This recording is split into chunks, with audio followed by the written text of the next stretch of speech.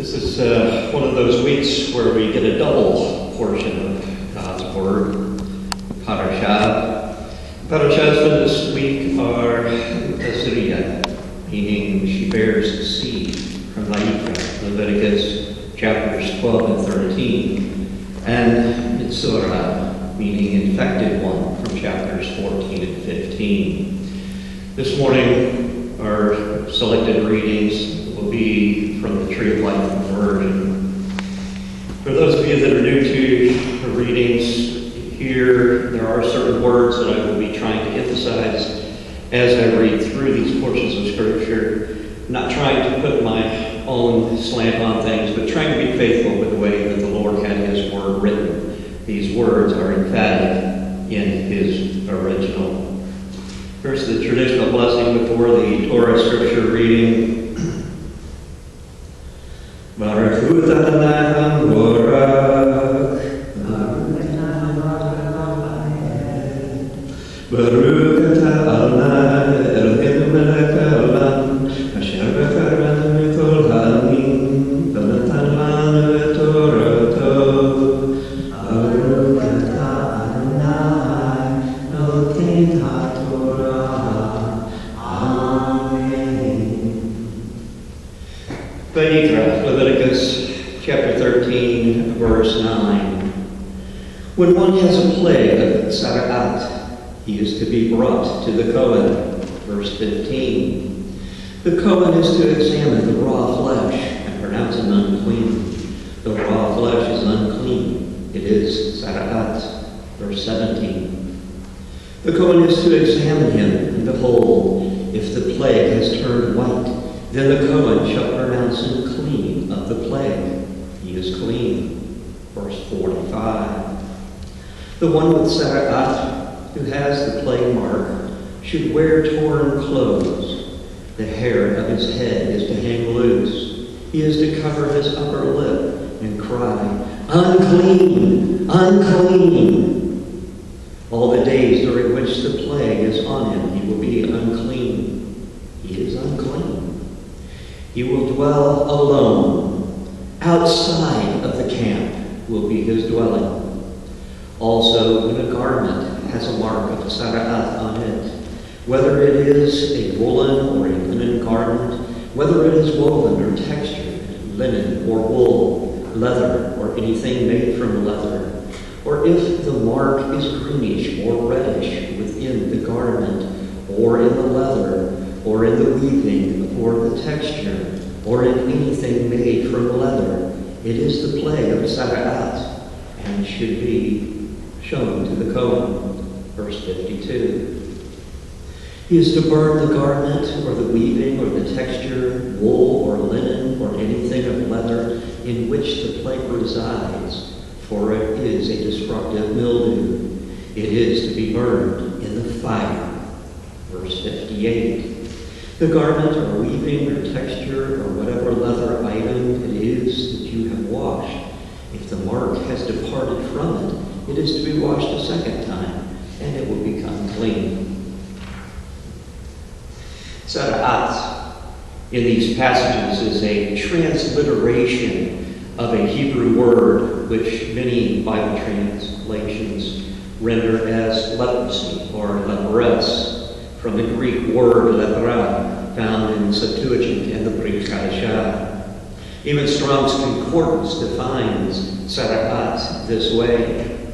As we read in Leviticus chapters 13 and 14, however, while Tzara'at is used to refer to a virulent disease and symptoms of leprosy may be seen in the skin, Tzara'at might also affect clothing and buildings, things the leprosy bacteria does not do. Because in Numbers 12, for instance, the Lord struck Miriam with Tzara'at for speaking against Moshe. Many feel that Tzara'at is a form of judgment, calling the person to repentance. It is popular in some circles to refer to certain actions as being a, quote, victimless sin, or a private sin. But these concepts are false. They are lies. No one acts in total isolation. Our thoughts and attitudes do affect those around us.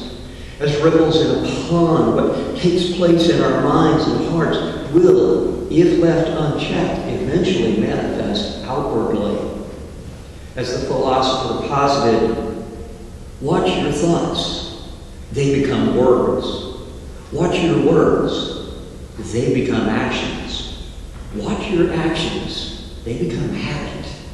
Watch your habits. They become character. Watch your character. It becomes your destiny. In the first passage, this first passage about Sara'at we read today, it is seen in the skin. Skin covers the body and is the body's largest organ. It is vital in maintaining proper levels of hydration and is the first line of defense in battling infections. Although this manifestation of Sara'at affects the individual, it also affects those closest to them and becomes known to all. In the second passage, Sara'at affects clothing. Garments cover the skin, helping to protect the body from harsh temperatures and the elements. As Sara'at works to destroy this covering and protection, it too affects those closest to us and becomes known to all. In Leviticus 14, Sara'at affects the home. Our home covers the skin and clothing, but also the family, helping to protect them all against the elements and the harshness of the fallen world in which we live. All three, skin, clothes, and home, cover the body, each more inclusive, each more obvious to others. Sara'at in any form, however, can be remedied and certified so by the priest. Spirit, soul, body, whatever the cause of our malady, praise God, we have a compassionate, forgiving, healing, great physician, and great high priest in Yeshua Mashiach. He is ready, willing, and able to heal us if we'll simply come to him in faith.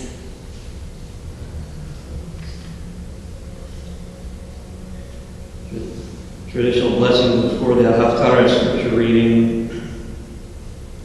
Baruch atah Adonai Eloheinu melech haolam asher b'char b'neim tovim v'ratza b'divrehem v'ne'emarim be'emet.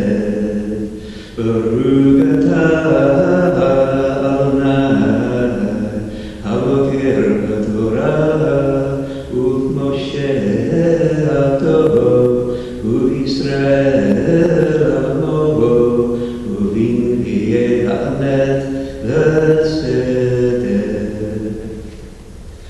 The Haftarah reading for Tazria is Malachim Bet, 2 Kings 4, beginning of verse 42 through chapter 5, the first part of verse 19.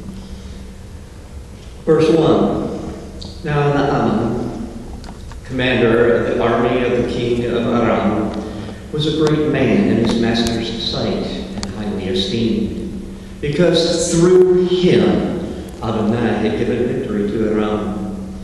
Though the man was a mighty man of valor, he had Sara'at.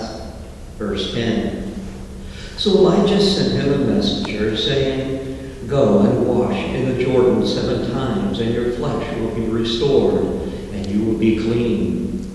But Naaman was angered and walked away, saying, I thought you would surely come out to me, stand and call on the name of Adonai his God, and wave his hand over the spot and cure the Sara'at. Aren't they Armanah and Farpar, the rivers of Damascus, better than all the river waters of Israel? Couldn't I wash in them and be clean?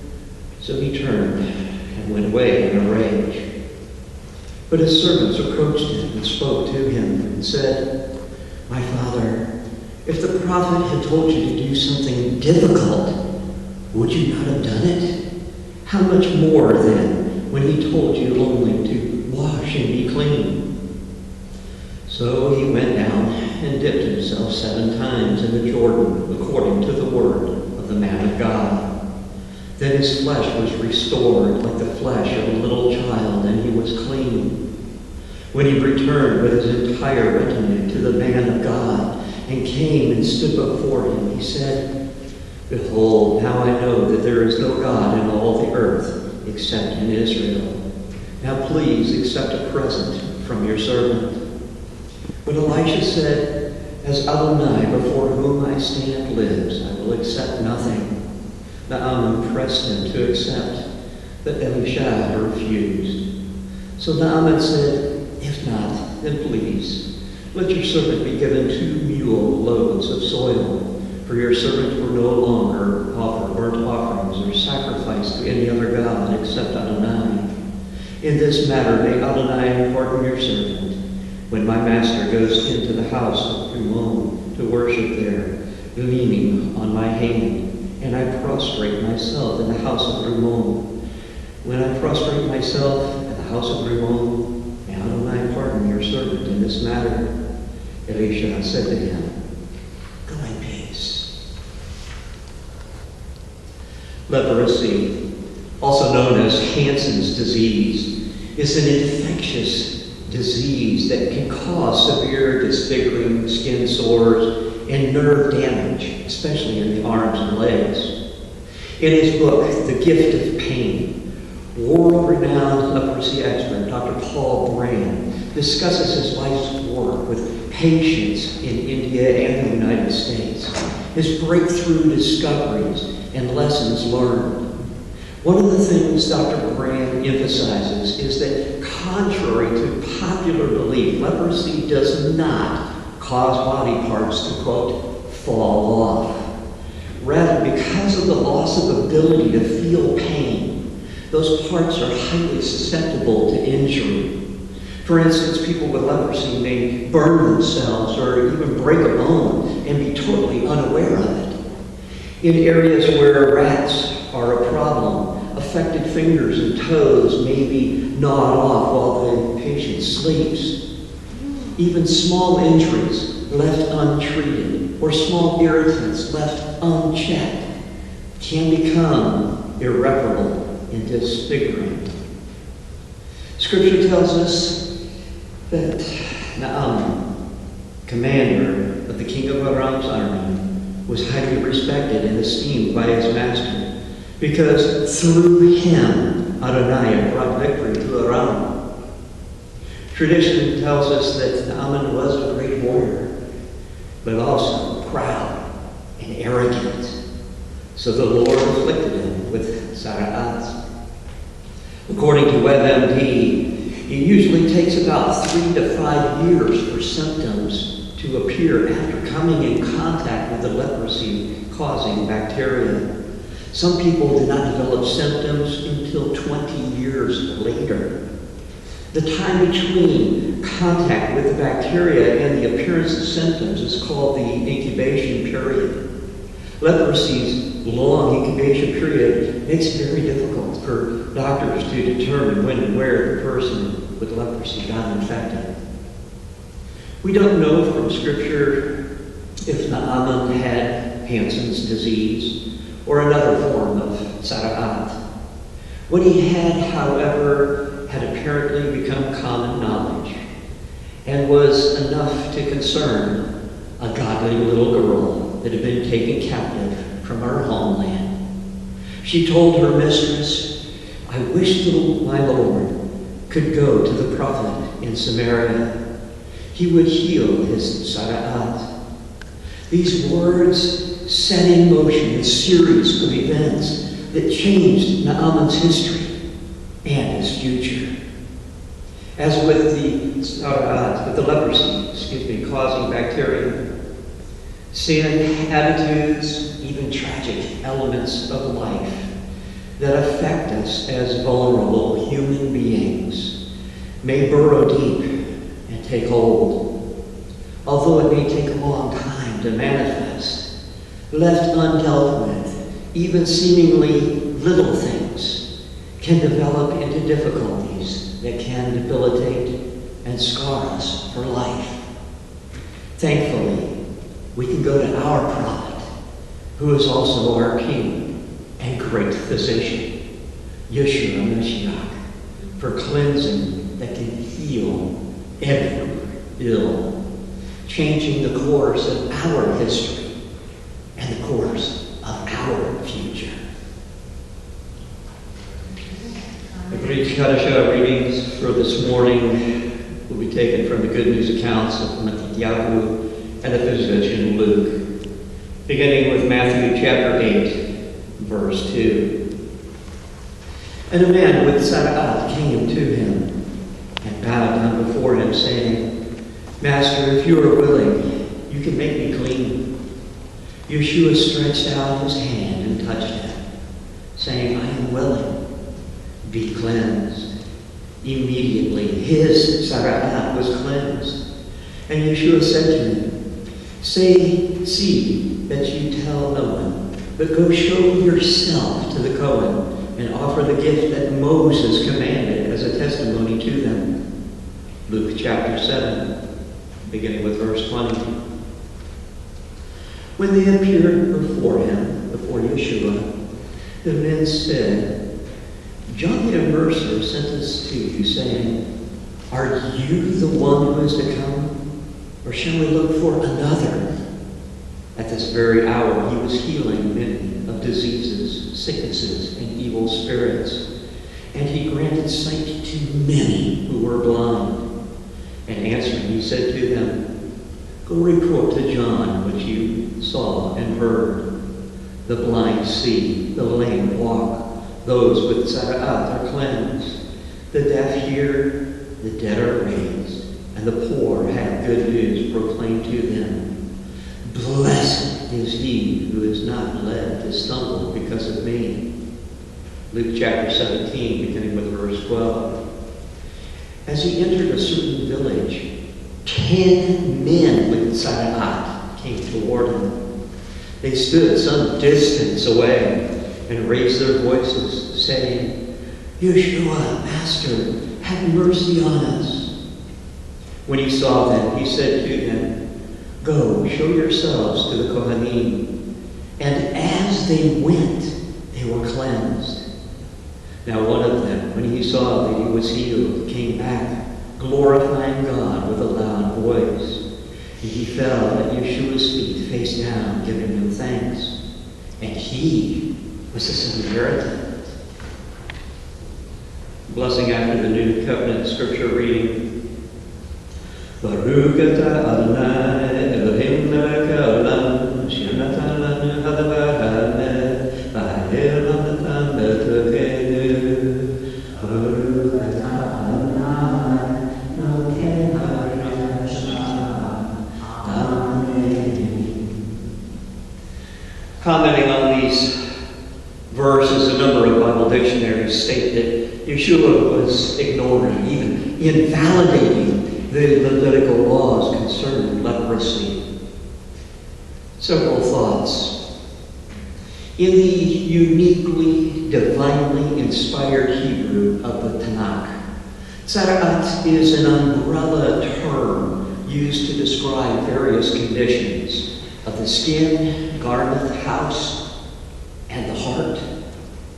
In the equally, uniquely, divinely inspired Greek of the Brit Hadashah writings, the term lepra in its various forms is used in much the same way. While as the supreme author of the law, the Lord always has the prerogative of operating outside the normal order he has established for man, which is the nature of the definition of a miracle. Here we see Yeshua reaching beyond the confines of the law to touch the heart of the issue, just as he does in every personal interaction. And in so doing, never touches an unclean person or a dead body for that matter. But as he touches each person, Jesus infuses them with cleansing, healing life. One of the most common words used in the Brit Hadashah for being healed is sozo.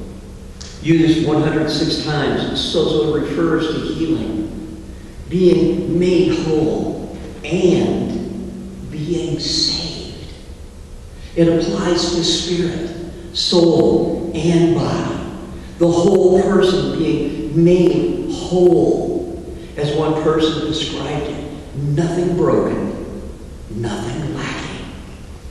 In Acts 9, beginning with verse 17, we read, "So Ananias left and entered into the house.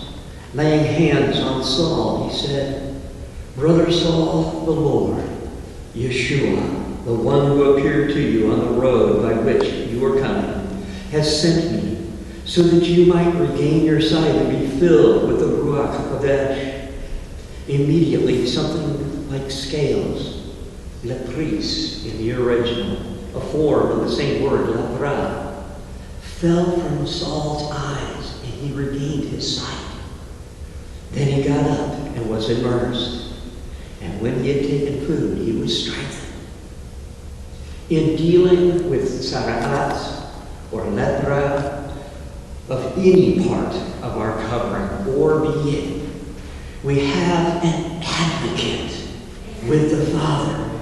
1 John 2, verse 1 reminds us, Yeshua the Messiah, who wants to open our eyes to truly see him and to heal us